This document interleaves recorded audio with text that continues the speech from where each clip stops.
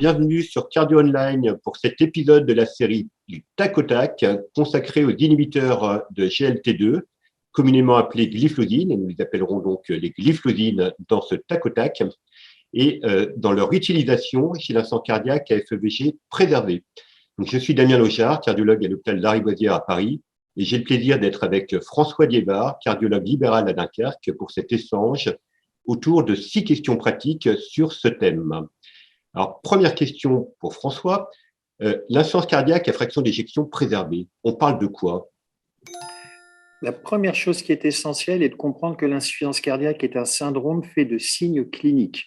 Pour dire quelle est ta fraction d'éjection préservée, il faut évaluer la fraction d'éjection ventriculaire gauche et avec une échographie. Et alors là, 2 options sont possibles. Soit on prend la définition universelle de l'insuffisance cardiaque et on retient que l'insuffisance cardiaque à fraction d'éjection préservée, quand cette fraction d'éjection est supérieure ou égale à 50%, les valeurs entre 40 et 49% définissent une insuffisance cardiaque à fraction d'éjection intermédiaire. Soit, et c'est beaucoup plus simple en termes de thérapeutique, on dit qu'il y a insuffisance cardiaque à fraction d'éjection préservée quand cette fraction d'éjection est au moins égale à 40%.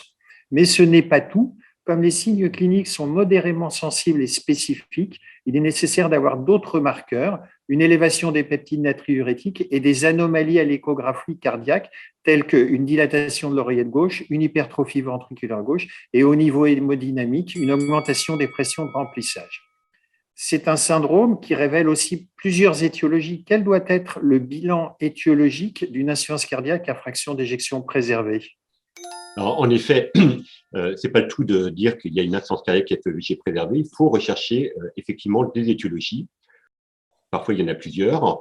La première chose, c'est d'identifier l'existence éventuelle d'une hypertrophie ventriculaire gauche.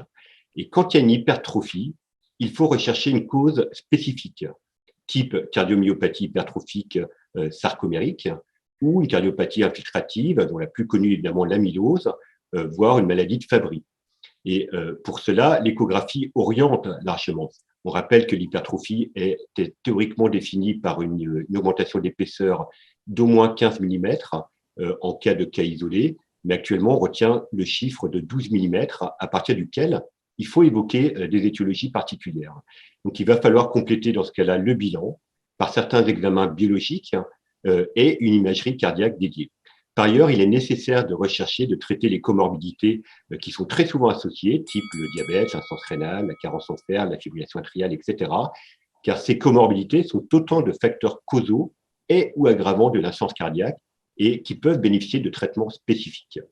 François, dorénavant, quel traitement proposer à ces patients spécifiques de l'insuffisance cardiaque? La place des glyphosines? Cette maladie, qui est une maladie du sujet âgé, est souvent associée à des comorbidités et il faut donc traiter les comorbidités. Mais pour ce qui est plus spécifique de cette insuffisance cardiaque, je dirais qu'il y a 4 ordres de traitement.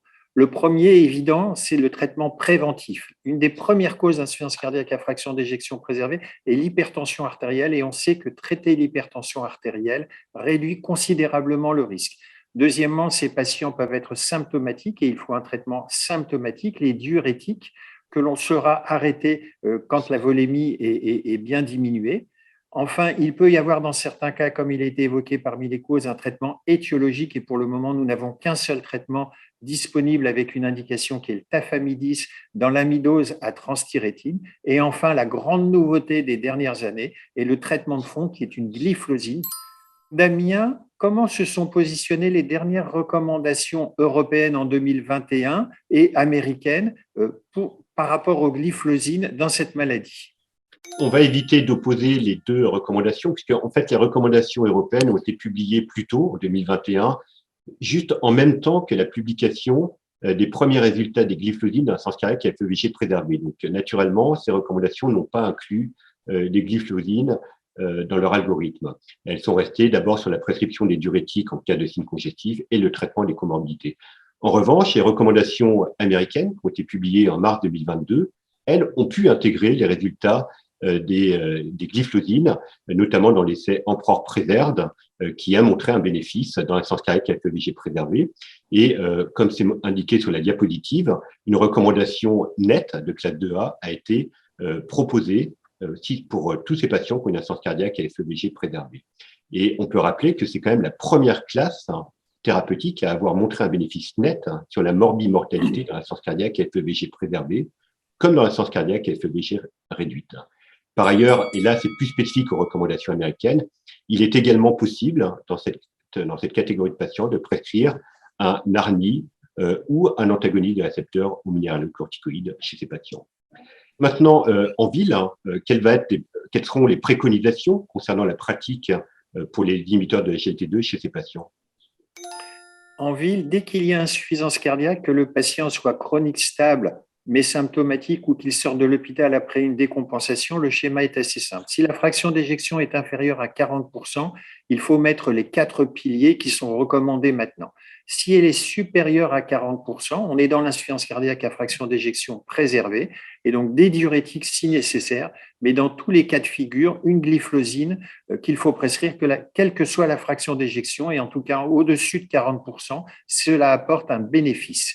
Et donc, quand on voit un patient en consultation avec un diagnostic d'insuffisance cardiaque, qu'il soit en phase chronique stable, qu'il vienne de sortir de l'hôpital pour décompensation, qu'il soit ou non diabétique, dès lors que selon la molécule, le DFG, le débit de filtration glomérulaire est supérieur à 20 ou à 25, il faut introduire une glyphosine, une seule dose, une molécule, et on change le pronostic. Que faire en cas d'insuffisance rénale? Que faire chez le patient fragile? Et c'est la question que je pose à Damien.